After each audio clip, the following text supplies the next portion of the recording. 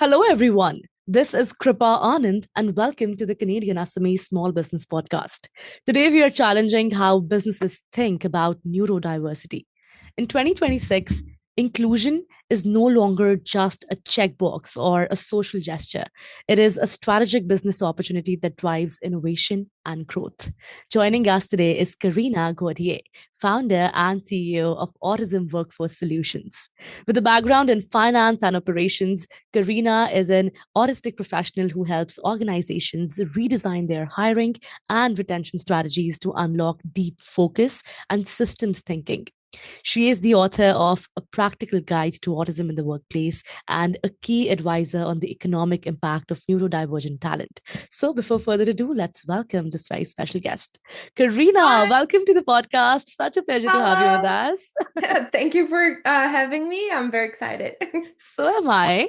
Now, Karina, many companies claim to be inclusive, right? Yet there is still a massive gap between general awareness and actual workplace outcomes. So let's start by understanding why are businesses still getting autism inclusion wrong? Go ahead. So I think the biggest thing that companies do think about is just awareness, and that's where they get it wrong, right? So I Mhm. think everybody's aware of autism nowadays.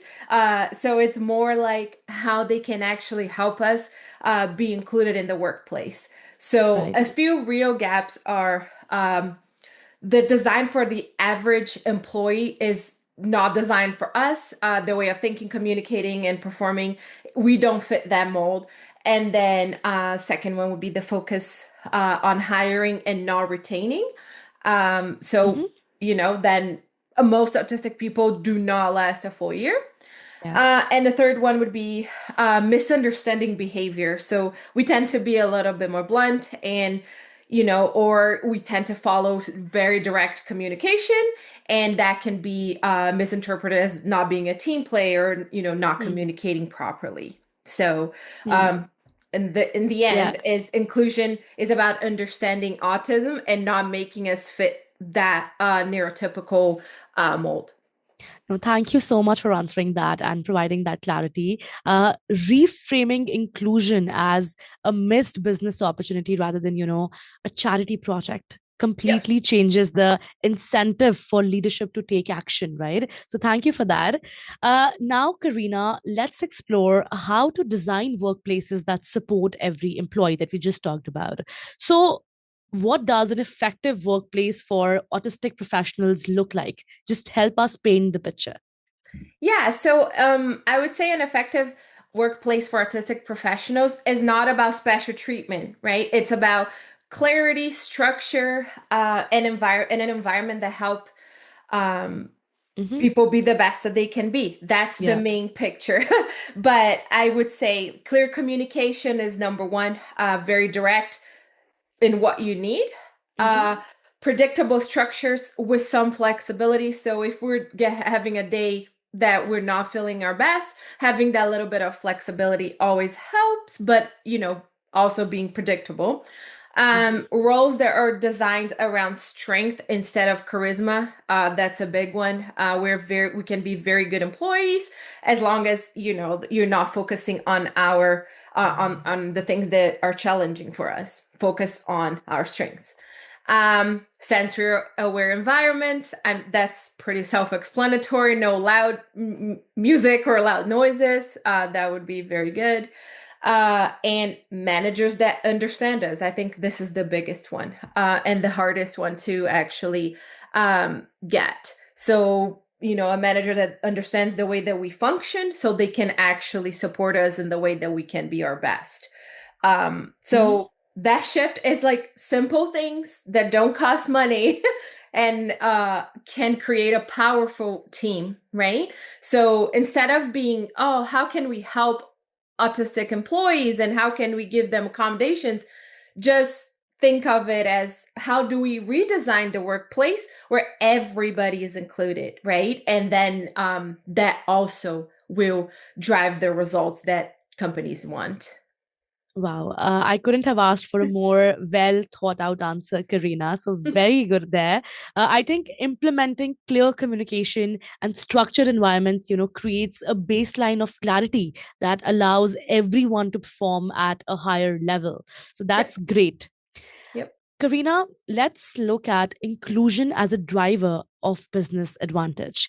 I'd love for you to take this chance to educate our audience on how does neurodiversity improve productivity and innovation? Because, as you said, awareness is lagging in this, right? So, Yep. the more we talk about how everyone can be a part of it, the more clarity everyone gets. So, please go ahead and explain the neurodiversity. Yeah. So neurodiversity improves productivity and innovation because of the way we think. So, Mhm. the way we solve problems is very different than a neurotypical way, right? So, most teams, they're built to think similar. So, they kind of combine a bunch of people that think the same, and that creates blind spots. We are there to Mhm. create better outcomes for those blind spots. So, for example, better accuracy and quality of work. We're very strong. We have very strong analytical sense. Deep focus in a distracted workplace, so we can focus for long periods of time on that work. That also brings something that neurotypical people don't have. Yeah. We have a different problem solving approach because, again, our brains work differently. So we kind of bring that into the team. It's a brand new way of innovate, right? Yeah. We also do have strong systems thinking, meaning we know how to piece things together and connect everything in a way that will create a stronger workflow and crazy Mhm. innovative systems. Yeah. We don't think in a group setting where everybody just says yes. We kind of tend to think for ourselves. And I guess we are the group that is overlooked the most, right? We Mhm. are the group that should be valued the most. Mhm. And that's what I'm trying to do now. But I'm trying to bring autistic people to build strong environments. So, yeah. Karina, can I just take a moment to say how incredibly proud I am of you, and everything that you've achieved so far? Because trust me, I understand that, the effort and the courage it takes from your, not just to speak about it, but also to get that clarity in your own thought process first before speaking it out, right? So Yeah. thank you so much for that. Building on that, here's a special message for all of our listeners, specifically to all the business owners and hiring managers watching. In 2026, you cannot afford to filter out the very people who excel at the deep focus and systems thinking your business requires, right? Mhm. Karina's book, A Practical Guide to Autism in the Workplace, is the blueprint you need to stop guessing and start gaining. If you feel your team is struggling with inefficiencies or a lack of innovation, the solution might be sitting in the talent pool you've been unintentionally ignoring. Don't Mhm. wait for a policy change. Start making simple shifts in your hiring today to unlock the productivity your competitors are leaving on the table, right? So, Mhm. Karina, let's now explore how these insights about what we are talking about are shaping national policy discussions as well. So I'd love for you to touch on the economic benefits that come from increasing autism employment, because it's not just the social or the community part of it, it's also the economic opportunity that is being left out, right? So what Yeah. do you have to say about that?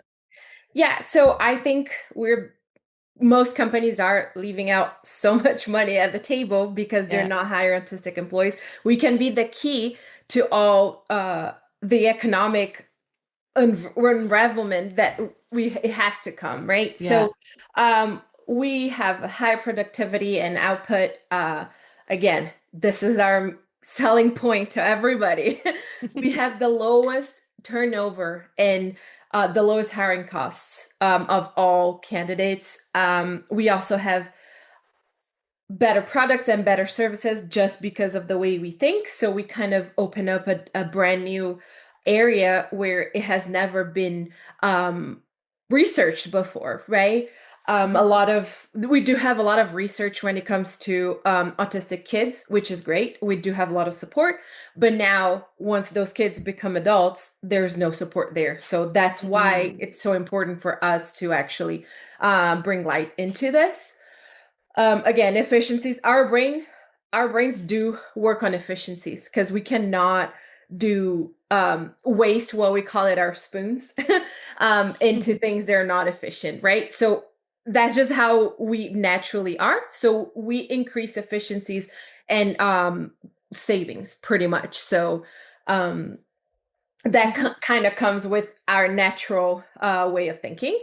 So we also reduce the economic burden. If you hire us, we reduce the economic burden on public systems, right? So then we can be more self-sufficient and not depend on government assistance. Mhm. And I think the biggest picture here is we're not a social initiative. We Yeah, are yeah. an economic strategy. We will bring so much value to all companies if they decide to hire us. Wow, that was such a powerful pitch. I agree with you, Karina. Recognizing neurodivergent talent as a national economic asset helps shift the conversation from individual support to collective prosperity, right? And that is exactly what we're aiming for as well. Now, I'm loving this conversation, and definitely I'd love for you to be back for an in studio episode that we do the next, maybe, right? But for Yep. now, before we let you go, there are a couple of things that I'd want to touch on. Karina, today we talked about how every workplace could be more inclusive, right? But Mhm. if we talk about who is actually the decision maker there, it is the people who are in the leadership roles, right? Yep. So, from that perspective, what simple steps can leaders take to support neurodivergent talent? Because everyone who's listening to you right now, many of the people are in the leadership position. So, Mhm. um, yes, they can be more inclusive, they can do all those things. But what is that first step that they should take or do right away? Um, we don't need I think a lot of people think, hiring autistic people is going to be this complex program or, Hmm. it's going to cost a lot. So it really isn't. Hmm. So it's just kind of be very clear on your expectations. Again, clear communication is the key to Yeah. everything. Um, use written communication instead of orally. So I can use myself as an example. If you tell me something, I will not remember that. But if I read it, I'm spot on. I will get to it, right? Uh-huh. Predictability on work flows, being consistent. Consistency is also the key. We love Uh-huh. consistency. Yeah. And being flexible in, how you think that the workplace, uh, how the work should be done. That's also a huge thing. Um, Again, normalize accommodations. So to me, those are not accommodations, it's just a way of designing a more inclusive workplace. So I really don't like to use accommodations as a get Hmm. going, but it's just, a way to Yeah, yeah. rewrite it.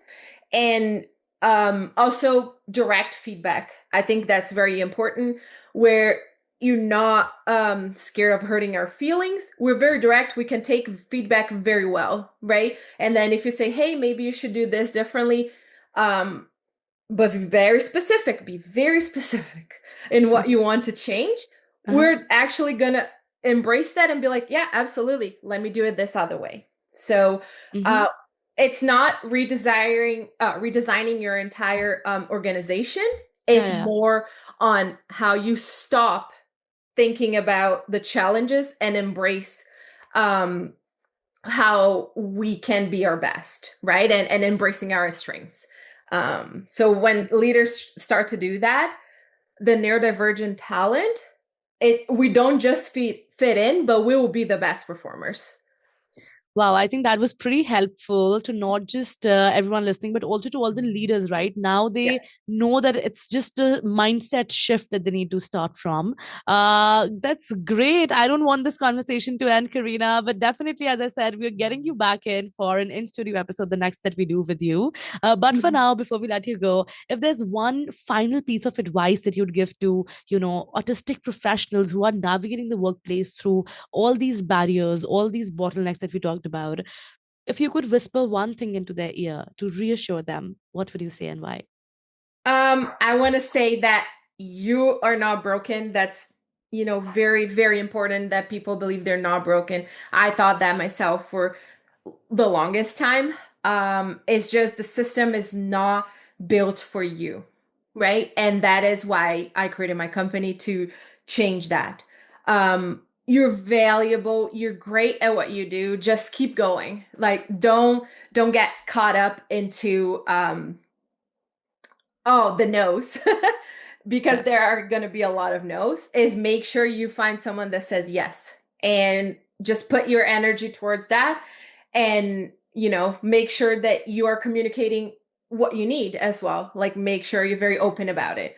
So yeah. Uh-huh. And also, this is my personal advice, but autistic people, we're all different.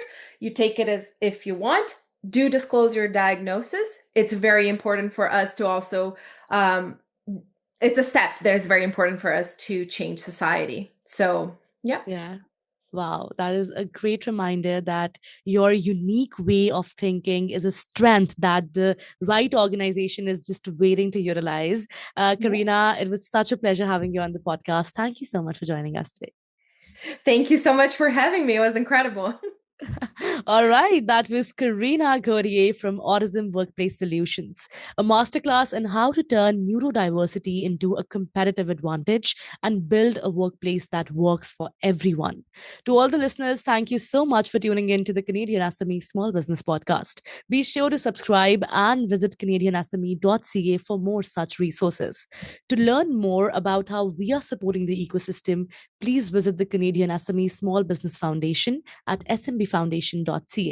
And lastly, a very special thank you to our podcast partners, UPS and ADP, our HR partner, for their ongoing commitment to empowering SMBs across Canada. I'll see you all in the next episode. Kripa Anand signing off.